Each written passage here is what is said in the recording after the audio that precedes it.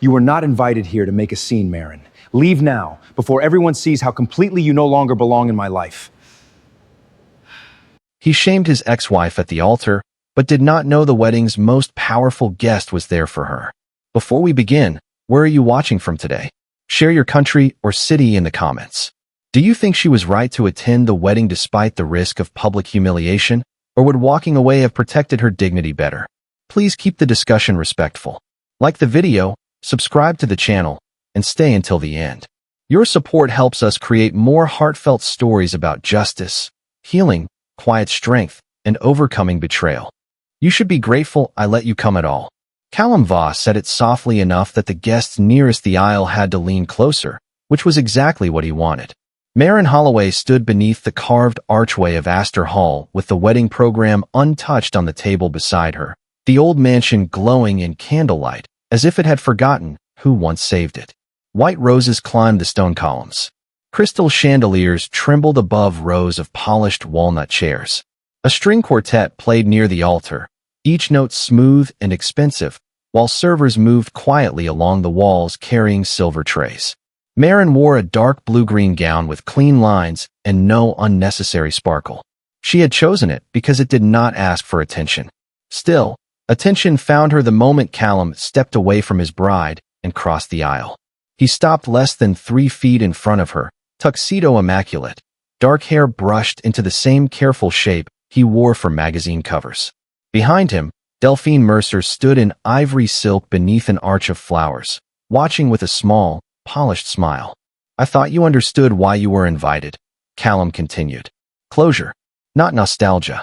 Marin's eyes moved past him to the walls she had once touched with bare hands while dust clung to her sleeves. 12 years earlier, rain had entered through the broken roof. The east staircase had sagged. Half the windows had been boarded over. Callum had called the place romantic then. He had followed her through dark rooms with a flashlight and promised that one day they would stand inside Astor Hall after it had been restored. He had never mentioned that the day would be his wedding to someone else. A young usher approached with an embarrassed expression and quietly checked Marin's place card. Her seat was at the end of the last row, inches from the service door. Men and women whose first introductions to Callum had come through Marin now occupied the front section under handwritten signs marked for honored guests. One investor caught her eye, then looked down at his phone. Callum noticed. His mouth curved. "It would help everyone if you made this easy," he said. "People are here to celebrate the future." Marin lowered her gaze to the program, where Astor Hall was described as the visionary restoration that launched Vow's development. Her name did not appear once. She had written the first preservation proposal, located the original plans in a county archive, and spent 2 winters convincing donors that the house was worth saving. Callum had taken the photographs. Somehow, over time, he had become the man who saved it. "You can sit quietly," he added, "or leave before the ceremony begins."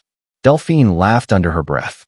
It was a light sound, almost elegant, but several guests heard it. Marin felt the heat rise beneath her skin. Her fingers closed around the edge of the program until the paper bent slightly. She did not defend herself. She did not remind him whose signature remained on the preservation records or whose hands had measured every damaged wall. She simply stepped past him and walked toward the final row. 2 seats from hers, an older man in a plain black tuxedo lifted his head when the usher whispered her name. His silver hair caught the chandelier light. He studied Marin with sudden recognition, then looked toward Callum with an expression that had lost all warmth. Marin did not notice. She sat beside the service door, straightened the folded program on her lap, and listened as the quartet began the wedding march inside the house that still remembered her. 12 years earlier, Astor Hall had not looked like a place where anyone would choose to marry. Its slate roof leaked in 6 rooms. Ivy had pushed through the eastern wall, and the grand staircase leaned. Enough to make every step complain. Marin first saw it on a gray November morning after driving nearly 2 hours from Baltimore with a box of county records on the passenger seat. She wore work boots, a wool coat, and her father's old measuring tape clipped to her belt. Callum came with her because they were still newly in love then, and he found beauty in anything she believed could be saved. He carried a camera and followed her through the cold rooms while she measured window frames, photographed water damage, and brushed dust from carved panels no one else thought worth preserving. You really think this place has a future? He asked as rain tapped through the broken glass.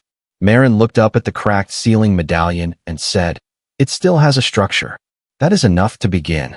That sentence stayed with Callum, though years later he would repeat it in interviews as if it had been his. The project consumed the next 2 years of Marin's life.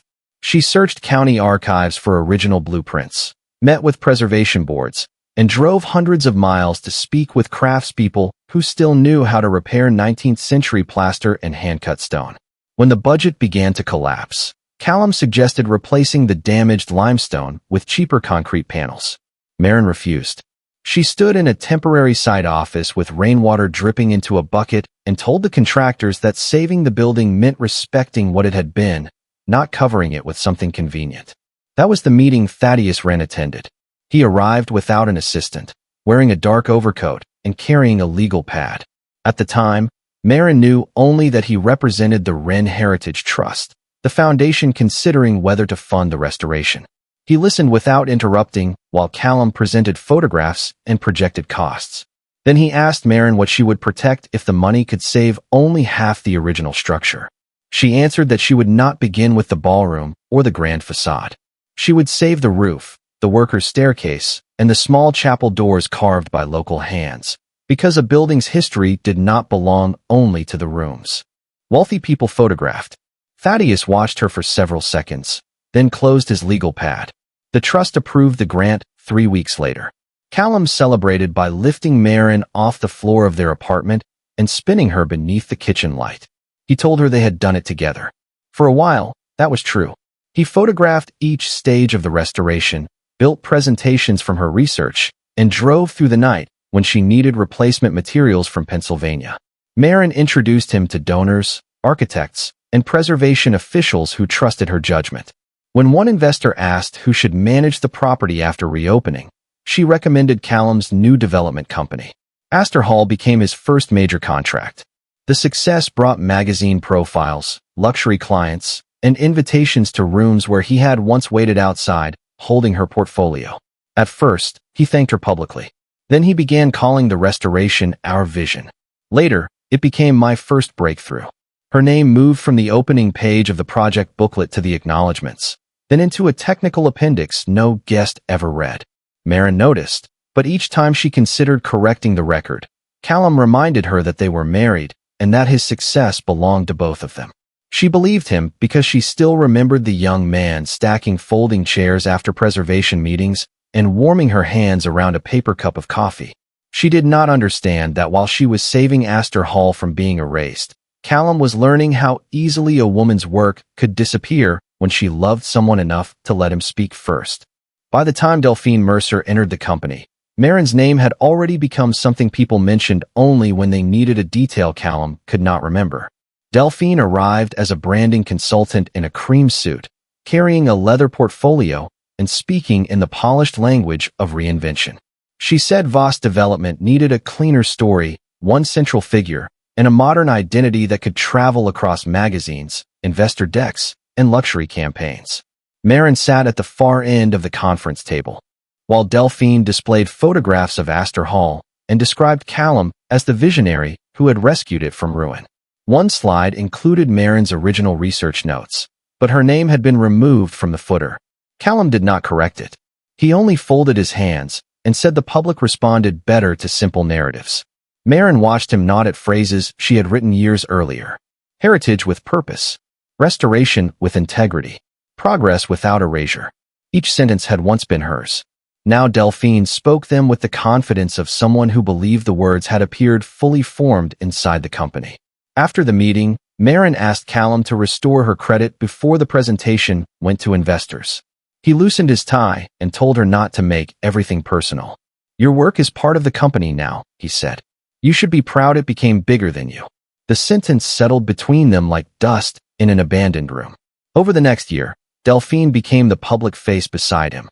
She attended openings, stood beside donors, and appeared in photographs on the marble steps of buildings Marin had helped identify and preserve. Callum began returning home later, carrying the faint scent of expensive hotel lobbies and conversations he no longer shared. Marin did not accuse him. She noticed smaller things instead, A second coffee order charged to his account every morning, Delphine's initials added to private calendar events, the way Callum turned his phone face down whenever Marin entered the room. The marriage ended in his office on a Tuesday evening while rain pressed against the windows. Callum placed a folder in front of her and said they had become different people. He called Marin brilliant but difficult, principled but inflexible, gifted but trapped in the past. Delphine, he said, understood the future he was building. Marin looked beyond him at the framed photograph of Astor Hall hanging behind his desk.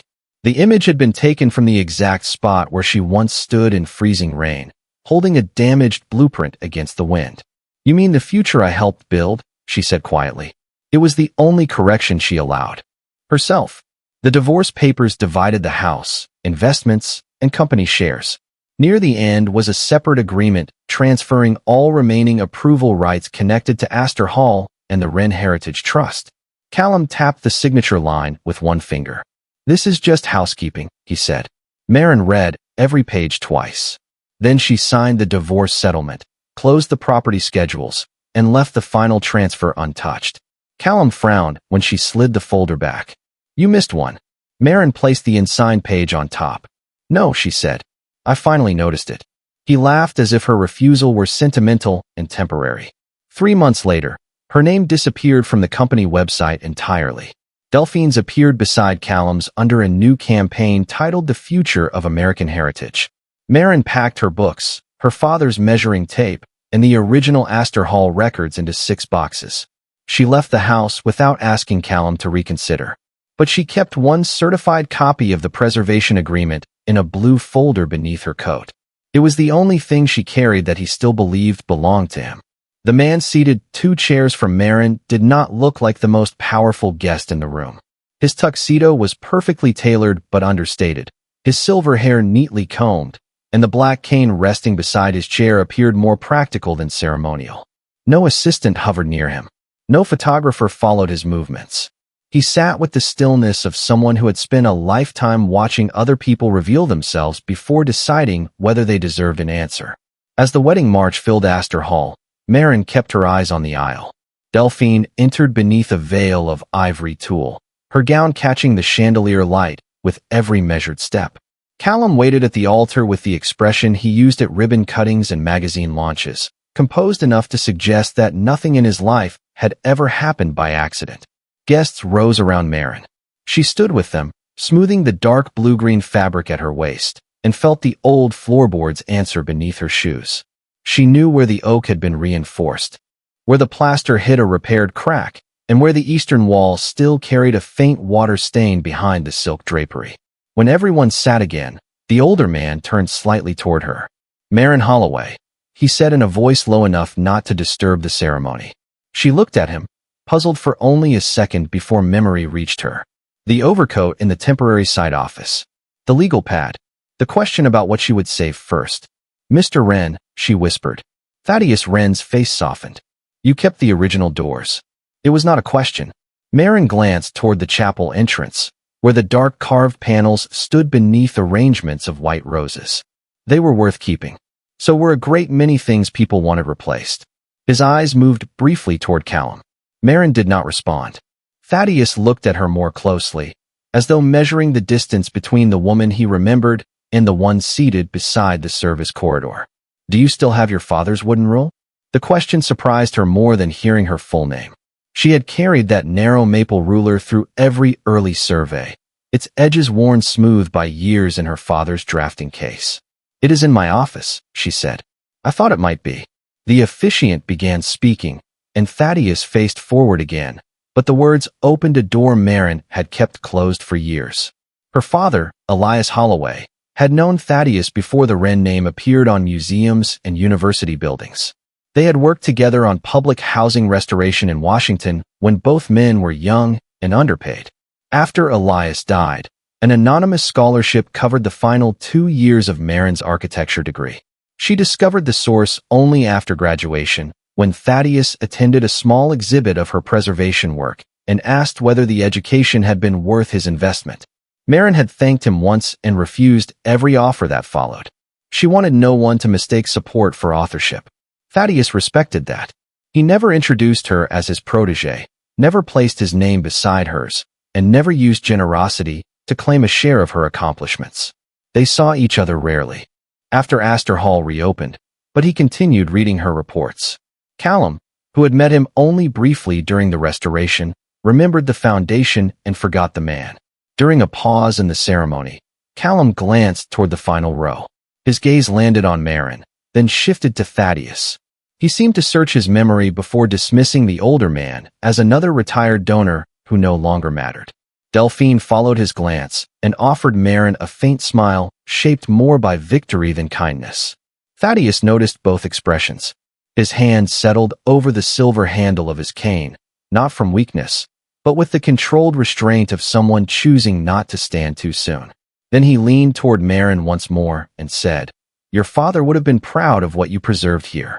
Marin lowered her eyes before the emotion could reach them. At the altar, Callum began his vows inside the house he believed had forgotten who saved it. Beside the service door, Thaddeus Wren remembered everything. The applause after the vows had barely settled when Callum took the microphone. He stood beneath the carved chapel arch with Delphine's hand resting lightly on his arm, the white flowers behind them arranged so perfectly that even their shadows looked intentional. A server closed the ballroom doors. The quartet lowered their instruments. Guests turned toward the altar, expecting gratitude. Callum gave them something else. "People like to say every chapter matters," he began, smiling as if the thought amused him. "But some chapters teach you when it is time to move forward." His eyes traveled across the room and found Marin in the last row. The movement was small, but everyone near her noticed. Delphine followed his gaze. Her smile sharpened. Callum spoke about ambition, reinvention, and the courage required to leave behind people who mistook caution for wisdom. He never said Marin's name at first. He did not need to. Every sentence pointed toward her with the precision of a finger. There were people who believed preserving the past was more important than building the future, he said. Today proves they were wrong. A few guests laughed politely. Most did not. Marin kept both hands folded over the wedding program. The paper had softened where her fingers pressed it. She looked toward the original chapel doors, their carved walnut surfaces restored 1 inch at a time by a craftsman from Virginia who had nearly retired before she convinced him to take the job. Callum had wanted replicas. They would have been faster, cheaper, and easier to photograph. Marin had spent 3 months locating the missing panels. The doors now framed him as he mocked the woman who had refused to let him replace them. Delphine leaned toward the microphone. "And we should thank the people who helped shape Callum into the man standing here today," she said. Her voice carried the bright sweetness of a practiced toast. Even those who were never meant to join him in the life he was building. This time, more heads turned. Lenora Voss, seated in the front row, lifted her champagne glass and smiled openly. Callum extended one hand toward the back of the room. "Marin, why do you not stand?" The question sounded generous until his next words arrived. "Let everyone see that we have closed the past with grace." The ballroom went still. Marin felt the air change against her skin. She could hear the faint hum of the ventilation system and the soft click of a photographer adjusting his lens. Callum waited with the confidence of a man who believed silence belonged to him. If she stood, she would become part of the performance. If she refused, he could call her bitter. He had designed the moment, so either choice would serve his story. Marin looked down at the program on her lap. Her father had taught her that old buildings revealed their strength at the joints, where pressure collected and weak repairs failed first. She drew one slow breath and remained seated. Delphine gave a quiet laugh, no longer bothering to hide it. "Some people have trouble letting go," she said. A murmur moved through the room. Marin's shoulders stayed level, though the muscles beneath them had tightened. She did not defend her work. She did not correct the history. She did not offer Callum one sentence he could twist into evidence against her. 2 seats away, Thaddeus Wren's hand closed around the silver head of his cane. His knuckles did not whiten. His expression did not change. Only the angle of his head shifted as he studied Callum with the grave attention of a man reviewing a contract that had just revealed its hidden cost. For one brief second, Thaddeus began to rise. Marin saw the movement from the corner of her eye and gave the slightest shake of her head. Not yet. The gesture was almost invisible, but he understood. He settled back into his chair. At the altar, Callum mistook the silence for surrender. He lifted his glass higher. "To the future," he said. The guests raised theirs because the room required it. Marin did not.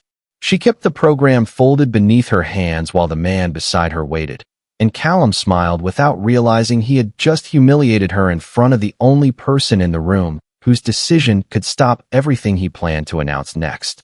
The champagne had barely touched the rims of the raised glasses when the ballroom lights dimmed and the screen behind the altar came alive. A polished rendering of Astor Hall appeared first, its stone facade glowing beneath a sunset that had never existed. Then the image widened. New guest cottages rose across the northern field. A glass-walled spa stretched toward the orchard. A private road curved through the eastern garden, cutting directly across the old service path Marin had fought to preserve. Callum stepped away from the altar and accepted a slim remote from one of his assistants. His confidence had returned completely. "Tonight is not only the beginning of our marriage," he said. "It is the beginning of the most important project Voss Development has ever undertaken." The next image revealed the name of the proposed resort in gold lettering, followed by a figure large enough to make several investors sit forward. Callum spoke of luxury lodging, private memberships, heritage tourism, and a development value of more than $300 million. Delphine stood beside him, radiant beneath the chandeliers, while waiters quietly distributed embossed folders to selected guests. Marin did not open hers. She was staring at the map on the screen. The northern field was shaded in the same color as the rest of the property, as if the land belonged to Astor Hall. It did not. She knew every boundary line. She had walked them with surveyors in winter mud, carrying her father's wooden ruler in one pocket and a county plat in the other. The field had remained separate from the estate for nearly 80 years. It belonged to the Wren Family Land Trust. The proposed entrance road was even more troubling. It crossed a protected corridor established during the original restoration, a narrow strip containing the old carriage route, mature oak trees, and the drainage system that kept water away from the chapel foundation.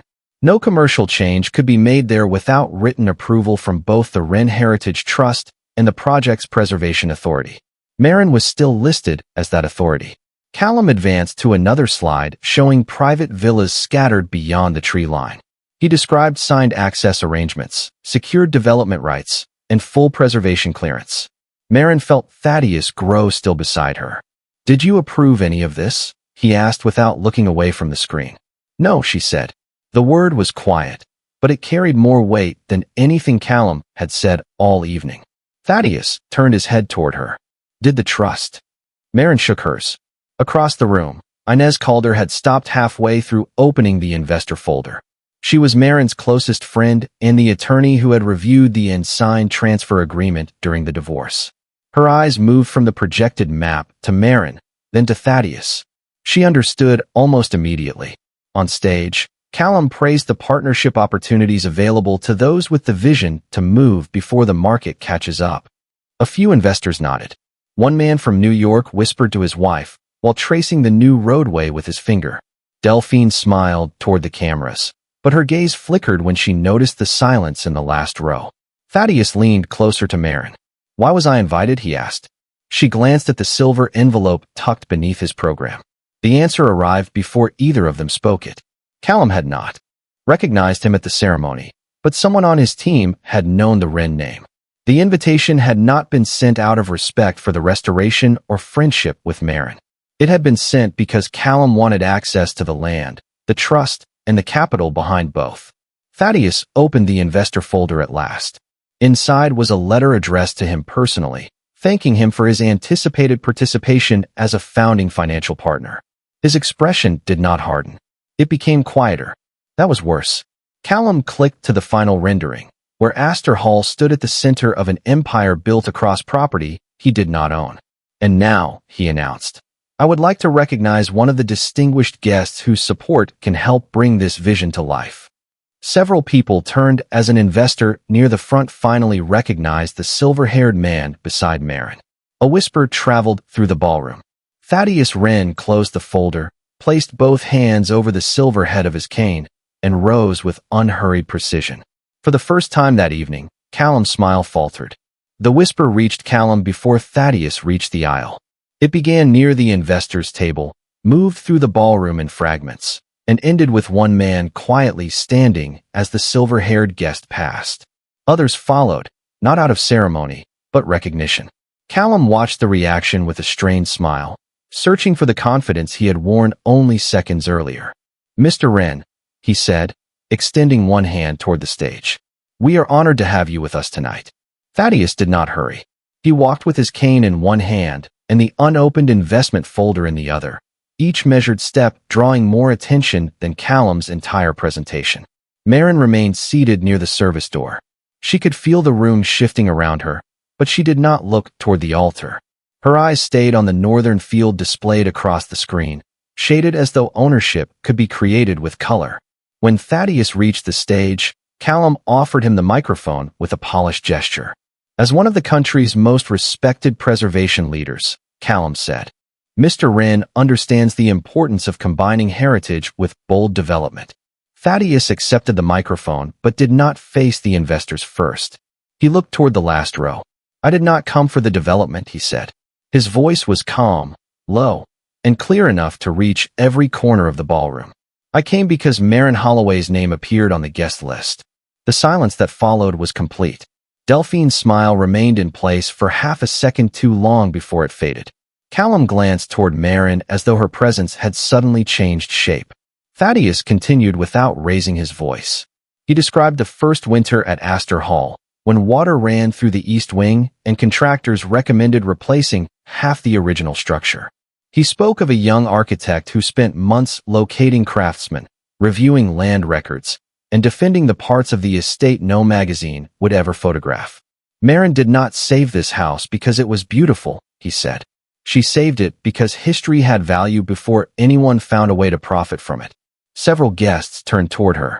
Marin sat very still, the wedding program resting beneath her hands. Callum stepped closer to the microphone. "No one is denying Marin contributed," he said. "But this project has moved far beyond the restoration." Thaddeus looked at him. "That is precisely the problem." The words were quiet, but Callum stopped speaking. Thaddeus lifted the investment folder and opened it to the map. "You have presented development rights across the northern field." Callum's jaw tightened. "We have preliminary agreements." "With whom?" Thaddeus asked. Callum glanced toward the legal team near the front, but no one answered. Thaddeus placed one finger on the projected boundary. "That land belongs to the Wren family trust. It has never been offered for sale, lease, or commercial access." A murmur moved through the investors. Delphine turned toward Callum, her expression no longer decorative.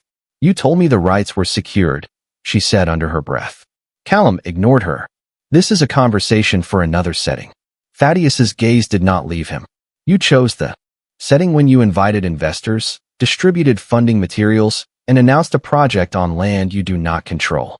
The screen behind them glowed with the evidence. Then Thaddeus pointed to the eastern road. "And this entrance crosses a protected preservation corridor. It cannot be altered without written approval from the trust and the designated preservation authority." Callum forced a small laugh. "Those approvals are administrative." From the last row, Marin finally lifted her eyes. Thaddeus turned toward her. "Marin, did you approve this plan?" Every guest followed his gaze. She stood slowly, smoothing the folded program once before placing it on the chair. Her voice, when it came, was steady. "No." One word crossed the ballroom and stripped the presentation of every polished sentence around it. Thaddeus faced Callum again. "Then let me ask the question your materials should have answered before tonight." He rested both hands on the microphone. "Who gave you permission to build on my land?" For several seconds, no one moved.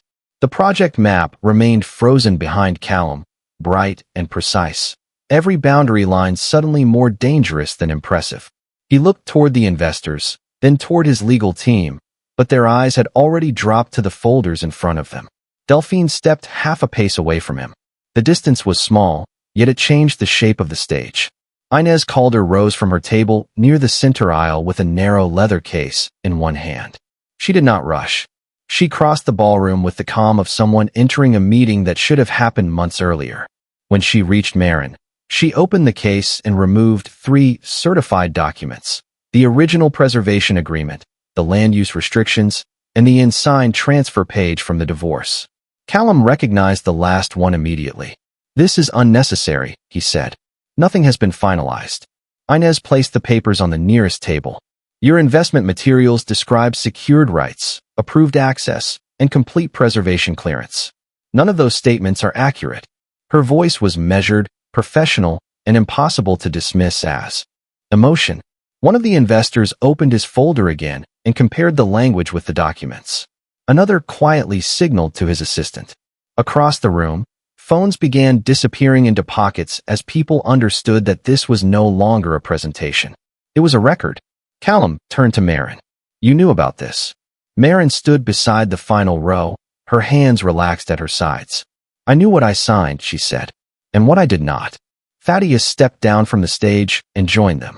He told the room that all discussions involving the Northern Field, the Preservation Corridor, and the Wren Heritage Trust were suspended pending an independent legal and financial review. He did not threaten Callum. He did not raise his voice. He simply closed the door Callum had claimed was already open. The effect moved through the ballroom at once. Two investors shut their folders. A development consultant removed a signed term sheet from the table and slipped it back into her briefcase. Delphine looked at Callum with growing disbelief. You said the easements were complete, she said. You said Marin had transferred everything. Callum lowered his voice. This is not the time. It became the time when you announced it to everyone, Delphine replied. The photographers near the wall had stopped taking pictures. Even Lenora Voss no longer smiled. Callum faced Marin again, his composure thinning around the edges. You are doing this because of the wedding. Marin looked toward the chapel doors, the original walnut panels glowing beneath the lights. The wedding is yours, she said. The lie is also yours. Callum's expression hardened. You are trying to ruin me in front of my family and partners. I did not put those claims in the folders, Marin answered. I did not draw a road across protected land. I did not tell investors that approvals existed when they did not. Inez slid the unsigned transfer page forward. And she never gave you authority to do it. Delphine stared at the paper. The meaning reached her slowly. Callum had not only lied to investors. He had built part of their wedding, their public image, and their promised future on rights he assumed Marin would never defend. Did you know? Delphine asked him. Callum did not answer. That silence told her enough. Thaddeus looked toward the guests. No decision about this property will proceed tonight, he said. Astor Hall will remain protected while the facts are reviewed. The investors began leaving the signing tables one by one. No one made a scene. Chairs shifted, folders closed, and conversations lowered into private tones. The collapse was quiet because real power rarely needed spectacle. Callum watched the room turn away from him, then looked at Marin as though she had broken an agreement between them. Perhaps he believed her silence had always been one. Marin stepped toward the aisle. He moved as if to stop her, but Thaddeus did not need to intervene. She met Callum's eyes, and he stopped on his own. I did not bring the lie into this room, she said. You did. Then she walked past the tables where investors were collecting their documents, leaving Callum beneath the map of a future that had never belonged to him. Marin reached the eastern garden before the first drops of rain began to touch the stone path. Behind her, Astor Hall still glowed through the tall windows, but the music had stopped, and the voices inside had lost the polished rhythm of celebration. She walked beneath the old oak trees without looking back. The garden smelled of damp earth and late roses, the same ones she had replanted after the restoration crews finished repairing the chapel wall. Thaddeus followed at a respectful distance, his cane tapping softly against the path. When he caught up, he offered to have his driver take her home. Marin looked toward the row of white roses bending under the evening air and shook her head. I came in my own car, she said. I would like to leave the same way. Thaddeus understood. He did not insist. For several moments, they stood beside the fountain Marin had once discovered beneath weeds and broken stone. I should have spoken sooner, he said. Marin glanced at him. You spoke when the truth needed a witness. You did not need me to save you. No, she said. But I needed the room to stop pretending it could not hear me. The rain grew. Steadier, silver against the garden lights. Thaddeus opened his umbrella and held it between them as they walked toward the parking area. Before they reached the cars, Marin paused beneath the restored eastern door. Its walnut surface still carried small marks left by the original craftsman. She pressed her fingertips lightly against the wood, then stepped through without ceremony. 3 months later, the independent review confirmed what the wedding had exposed. Voss Development had marketed access rights it did not possess, used preservation materials without proper authorization, and represented unapproved plans as secured agreements. Several investors withdrew. The resort project disappeared from the company website. Callum issued a carefully worded statement blaming internal miscommunication, but the people who had closed their folders that night did not reopen them. Delphine moved out of the city before winter. She sent Marin one short letter through Inez, not asking forgiveness, only admitting that she had believed the version of the story that benefited her most. Marin read it once and placed it in a drawer. She did not need another woman's regret to validate what she had survived. By spring, the Wren Heritage Trust announced that Astor Hall would become a national training center for historic preservation. Marin accepted the role of founding director on one condition: the center would not carry her name.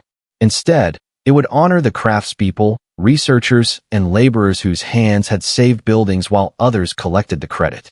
On opening day, students arrived from across the country carrying notebooks, work gloves, and more ambition than money. Marin met them in the old service wing wearing a navy work coat and her father's wooden ruler tucked into the outer pocket. She taught them how to read water stains, how to identify original grain, and how to tell the difference between restoration and disguise. At the chapel doors, one nervous student asked why Marin had refused to replace the damaged wood years earlier. Marin placed the ruler in the young woman's hand. "Because old does not mean worthless," she said. "Sometimes it only means no one has looked closely enough." Across the courtyard, Thaddeus watched without approaching. He had kept his promise to support the work without standing in front of it. Marin looked through the open doors toward the garden, where the roses had returned brighter after the rain. Callum had once believed power meant having someone important standing behind you. Marin finally understood that her work, her judgment, and every life she had helped rebuild had been standing behind her all along.